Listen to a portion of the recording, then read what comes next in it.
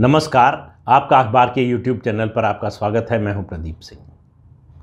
उत्तर प्रदेश में मंत्रिमंडल का गठन हो गया और अब विभागों का बंटवारा भी हो गया। जिन लोगों को लग रहा था कि मंत्रिमंडल के गठन के जरिए योगी आदित्यनाथ को उन्होंने अपनी जगह दिखा दी है, उन लोगों को विभागों के बंटवारे से थोड़ी निराशा हुई होगी। इसलिए कह रहा हूं कि जो कुछ मंत्रिमंडल के गठन में हुआ और जो विभागों के बंटवारे में हुआ, उसका लब्बो-लुआब क्या है, उसका निष्कर्ष क्या है। मंत्रिमंडल के गठन से एक असंतुलन पैदा हुआ था।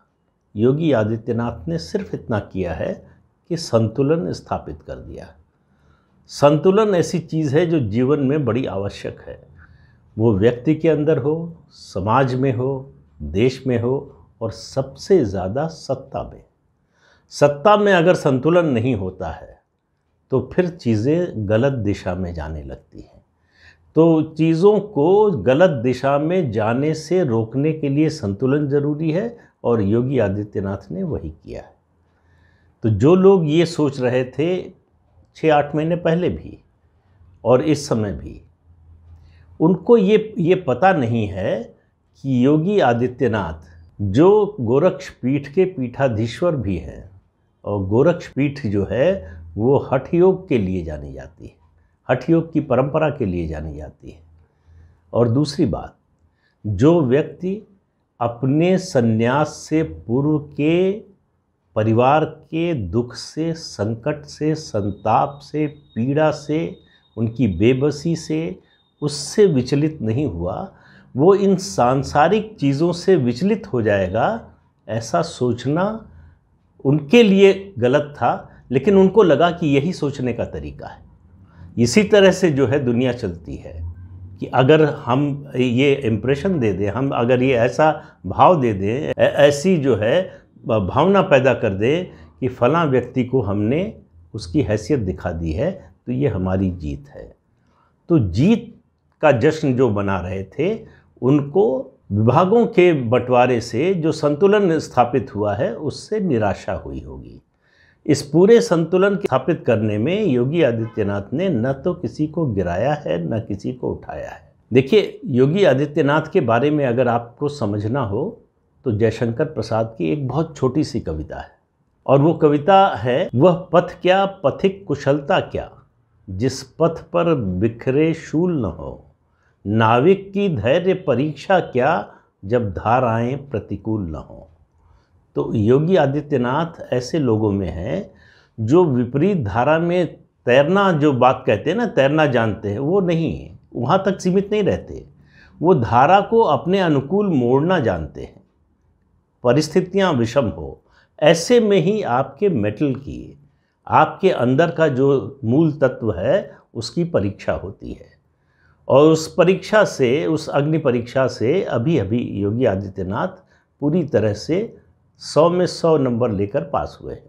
किसी से बदला लेने की कोशिश नहीं की, किसी को नीचा दिखाने की कोशिश नहीं की, लेकिन जो थोड़ा ऊंचा उड़ रहा था उसको समतल ज़मीन पर ले आए कि सब एक साथ खड़े हों तो ज़्यादा अच्छा होगा।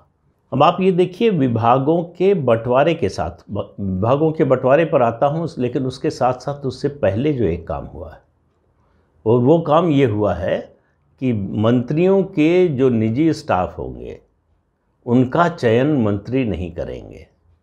उनके चयन के लिए एक मंत्रियों के स्टाफ का पूल बनेगा और उसकी कोडिंग होगी, और लॉटरी के माध्यम से, कंप्यूटर लॉटरी के माध्यम से मंत्री अपना निजी स्टाफ चुनेंगे। उनको पता नहीं होगा जिसको वो चुन रहे हैं उसका नाम क्या है, उसकी जाति क्या है, धर्म क्या है, किस इलाके का है, ये सब कुछ पता नहीं होगा। तो वो उस लॉटरी के माध्यम से वो चुनाव करेंगे और वही स्टाफ उनको मिलेगा। दूसरा काम किया है कि पिछले 5 साल से किसी भी मंत्री के साथ जो भी निजी स्टाफ रहा है, वो इस जो लॉटरी है, ये पूल बना है, उसमें उसका नाम शामिल नहीं होगा। तो ये जो सेटिंग गेटिंग वाला खेल था वो बंद हो गया। तो ये किसी को परेशान करने के लिए नहीं है। कुछ लोग हो सकते हैं परेशान, लेकिन परेशान करने के लिए नहीं है। ये शासन में पारदर्शिता लाने की ओर, भ्रष्टाचार को नियंत्रित करने की ओर एक बड़ा कदम है। देखने में बहुत छोटा लगता है, लेकिन इसका प्रभाव बहुत बड़ा होगा। इसके जरिए एक संदेश भी है कि भाई नज़र रखी जा रही, सबको पता है कि ये काम नहीं करना है। और संदेश उससे बड़ा दिया है पार्टी हाईकमान ने। जिस तरह से जिन लोगों को हटाया है, उनका संदेश जो आज बने हैं मंत्री, उनके लिए है। बड़ा रसूख वाला मानते थे अपने को कि फलां से संबंध है, फलां को जानते हैं, वहाँ से हमारा सीधे संपर्क जुड़ा हुआ, कोई हमारा कुछ नहीं बिगाड़ सकता। कुछ लोग तो शपथ ग्रहण से 24 घंटे पहले भी इस मुगालते में थे कि उनको कौन हटाएगा, लेकिन हटा दिए गए। तो ये मोदी और अमित शाह की बीजेपी है। यहाँ आप कुछ भी टेकन फॉर ग्रांटेड लेकर नहीं चल सकते। आप ये मानकर नहीं चल सकते कि इस पर मोदी या अमित शाह की नज़र नहीं होगी। अगर उन्होंने नज़रअंदाज कर दिया है कुछ, तो इसलिए नहीं कि उनको पता नहीं है, इसलिए कि वो उसको सही मानने लगे, इसलिए कि वो कभी कभी थोड़ी लॉन्ग रोप देते हैं। अच्छा, थोड़ी ढील दे दो, देख लो, थोड़ा और आजमा लो। ऐसा ना हो कि जल्दबाजी में कोई गलत फैसला हो जाए, उसके बाद ठोक बजाकर फैसला होता है तो वो बदलता नहीं। तो ये मंत्रिमंडल का संदेश था। लेकिन मेरी नज़र में, अपनी व्यक्तिगत बात कर रहा हूँ मैं, कि जो मंत्रिमंडल बना उसमें जो 2 डिप्टी सीएम, मैं तो पिछले कई साल से मेरा मानना था कि अगर बीजेपी दोबारा आती है, जो कि आना ही था, तो डिप्टी सीएम नहीं होने चाहिए। लेकिन ये फैसला तो पार्टियां करती हैं, पार्टी करती है कि इसको ज़रूरत क्या है, सामाजिक संतुलन, राजनीतिक संतुलन, तमाम तरह की बातों को ध्यान में रखना होता है, तो उस पर मुझे कोई एतराज़ नहीं। लेकिन जिस तरह के लोगों को बनाया गया, जिन परिस्थितियों में, उससे मुझे लगा कि अच्छा संदेश नहीं जा रहा है। उसी असंतुलन को योगी आदित्यनाथ ने संतुलित कर दिया। पद के हिसाब से नंबर 2 और 3 पर केशव प्रसाद मौर्य और ब्रजेश पाठक है, इसमें किसी को कहीं दो राय नहीं होनी चाहिए। लेकिन कद के हिसाब से स्वतंत्र देव सिंह और जितेंद्र प्रसाद, ये नंबर 2 और 3 हो गए। जिस तरह का विभाग का बंटवारा हुआ है, उससे ये संतुलन स्थापित किया गया है। और ये संतुलन स्थापित किया गया तो किसी को ये गलतफहमी ना हो कि ये कोई विद्रोह करके जो है योगी आदित्यनाथ ने किया है और अपनी मनमर्जी चलाई है। ये सबकी सहमति से हुआ है। और इसमें जब सबकी सहमति मैं कह रहा हूँ, तो इसमें सहमति मानिए कि ऊपर जो 2 लोग बैठे हैं उनकी सहमति। तो ये जो शक्ति का संतुलन स्थापित किया गया है, ये बताने के लिए है कि, फिर से कह रहा हूँ कि आप टेकन फॉर ग्रांटेड मत लीजिए। तो जो 2 डिप्टी सीएम बने हैं, उनको बताया गया है कि आपका पद बढ़ाया गया है। कद बढ़ाना आपके हाथ में है, आपके काम से आपका कद बढ़ेगा। पद मिलने से किसी का कद नहीं बढ़ता है। और अगर आप केंद्र में देखिए, केंद्र में औपचारिक रूप से नंबर 2 रक्षा मंत्री राजनाथ सिंह है, लेकिन वास्तव में नंबर 2 वहाँ पर केंद्र सरकार में, पार्टी की दृष्टि से देखें, संगठन जिस दृष्टि से भी देखना चाहें, निर्विवाद रूप से अमित शाह हैं।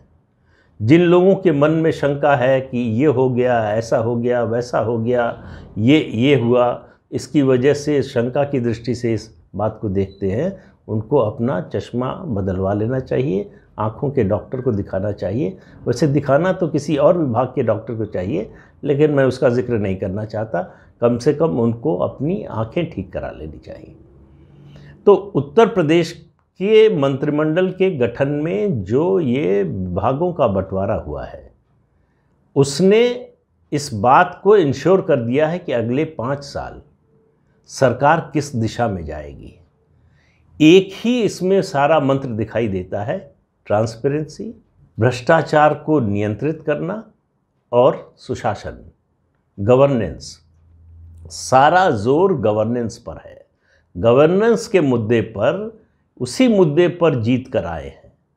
गवर्नेंस का मुद्दा चुनाव जिता सकता है, ये साबित करके आए हैं। तो अब इसी दिशा में जो है बढ़ना है, लेकिन रफ्तार और तेज़ करनी है।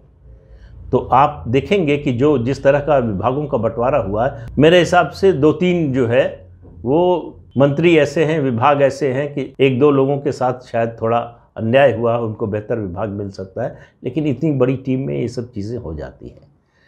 और सबसे बड़ी बात मुझे लगता है कि जो पिछले 5 साल जिस तरह सरकार चली, अगले 5 साल उस तरह से नहीं चलेगी। मंत्रियों के कामकाज का आकलन ज़रूर होगा, उसका जो है उसकी समीक्षा निश्चित रूप से होगी कि कौन कैसा काम कर रहा है। आगे जो भी रिशफल एक्सपेंशन जो भी होना है वो उसका आधार यही होगा। ये सीधा मैसेज है, परफॉर्म और पेरिश। इससे कोई फ़र्क नहीं पड़ता कि आप किसके रिश्तेदार हैं, किससे जुड़े हुए हैं, किसका वरद हस्त है आप पर। जो वो वरद हस्त रखने वाले हैं वो कब हटा लेते हैं पता नहीं चलता है। तो इन लोगों पर ज़्यादा भरोसा मत कीजिए कि वरद हस्त है तो बचे रहेंगे। ये वरद हस्त ही जो है गले का फंदा बन जाता है। इन सारे बदलावों से एक जो बड़ा मैसेज, बड़ा संदेश वो ये कि कैप्टन कौन है। कैप्टन योगी आदित्यनाथ ही है, सरकार वही चलाएंगे। ये मैसेज बड़ा क्लियर है और इसमें मुझे लगता है कि पार्टी के अंदर, मैं जब पार्टी के अंदर की बात करता हूँ तो शीर्ष नेतृत्व की बात करता हूँ, नीचे के लोगों को नहीं। मैं पूरे चुनाव के दौरान कहता रहा, उसके बाद कह रहा हूँ, अब भी कह रहा हूँ कि नीचे के लोगों ने बहुत गड़बड़ की। और ये फिर कह रहा हूँ, कुछ लोगों को बुरा लग सकता है, ये चुनाव ऐसा था जिसमें बीजेपी की 350 सीटें आ सकती थीं, नहीं आई तो नीचे वालों के कारण। और ये मुझे नहीं लगता कि ये बात मुझे ही पता है, सैकड़ों हज़ारों लोगों को पता है, और जो लोग ऊपर बैठे हैं उनको तो और अच्छी तरह से पता है। तो इसमें सुधार होगा आने वाले दिनों में, ऐसी मेरी उम्मीद भी है और विश्वास भी है। लेकिन कुल मिलाकर अब ऐसा लगता है कि मंत्रिमंडल का गठन और विभागों का बंटवारा, इन दोनों को अगर जोड़ कर देखें तो ये जो सत्ता का संतुलन स्थापित किया गया है, शक्ति का संतुलन स्थापित किया गया है, और ये तय कर दिया गया है कि शक्ति का केंद्र कहाँ है, इसके बारे में किसी को कोई गलतफहमी नहीं होनी चाहिए। चाहे मंत्रिमंडल में वरिष्ठ सदस्य हों, कनिष्ठ हों या दूसरे लोग हों, सबके लिए मैसेज है कि इसमें इस बारे में आपके मन में कोई दो राय, कोई दुविधा, कोई गलतफहमी नहीं होनी चाहिए। तो जब इस तरह से काम होता है, जब इस तरह की टीम बनती है, जब इस तरह की टीम भावना से अगर काम होगा, अगर कुछ लोग आने वाले दिनों में इस बात से दुखी नहीं होंगे कि हमको वो विभाग मिलना था, ये क्यों नहीं मिला, और उसको वो मिल गया, हमको ये क्यों नहीं मिला, तो उनको आने वाले समय में कष्ट ही होने वाला है। तो मुझे लगता है कि 2017 में जो मंत्रिमंडल बना था और विभागों का जो बंटवारा हुआ था, उसमें जो जो गलतियां हुई थीं, जो जो कमियां थीं, जो त्रुटियां थीं, उन सब को 2022 में ठीक करने की कोशिश हुई है। कोई भी सिस्टम, कोई भी कदम, कोई भी फैसला परफेक्ट नहीं होता और कभी हो भी नहीं सकता है, लेकिन हमेशा इम्प्रूवमेंट की गुंजाइश रहती है, और उस पर अगर नज़र हो, आप संतुष्ट न हो जाएं कि जो हो गया है वही सबसे बेहतर है, वही सर्वोत्तम है, इसमें कोई सुधार नहीं हो सकता, तो फिर गलत रास्ते पर चले जाएंगे। इसलिए मुझे लगता है कि ये 5 साल उत्तर प्रदेश को नई ऊंचाइयों पर ले जाने वाले साल होंगे। पिछले 5 साल में अगर कोरोना के 2 साल ना आए होते तो इस समय उत्तर प्रदेश और ज़्यादा आगे होता। लेकिन अब उत्तर प्रदेश के विकास को, उसकी गति को रोकने वाला कोई नहीं है। जो लोग कोशिश करेंगे, मुझे लगता है कि उनके लिए बुलडोज़र तैयार है। ये जो बुलडोज़र है, जो इस पूरे चुनाव का प्रतीक बन गया, ये बुलडोज़र जो है वो, उसको आप स्थूल रूप में, वो मशीन के रूप में मत देखिए, उसको भावनात्मक रूप से भी देखिए, उसको नीतिगत निर्णय के रूप में भी देखिए, और उसको गवर्नेंस के नज़रिए से भी देखिए। तो वो प्रतीक है, वो स्थूल जो है मशीन की तक सोच मत रखिए कि वो अवैध बिल्डिंग गिरा देती है और माफिया का घर तोड़ देती है, वहाँ तक सीमित नहीं है। तो ये बुलडोज़र बाबा का बुलडोज़र अब तेज़ गति से चलने वाला है। तो अगल बगल जो लोग हैं वो थोड़ा सावधानी से चलें, नहीं तो क्या होगा मुझे बताने की ज़रूरत नहीं है। तो आज के अंक में इतना ही, अगले अंक में फिर मिलेंगे किसी नए मुद्दे के साथ। तब तक के लिए इजाज़त दीजिए। आपसे अनुरोध है कि ये चैनल देखिए, शेयर कीजिए, लाइक कीजिए और सब्सक्राइब ज़रूर कीजिए। नमस्कार।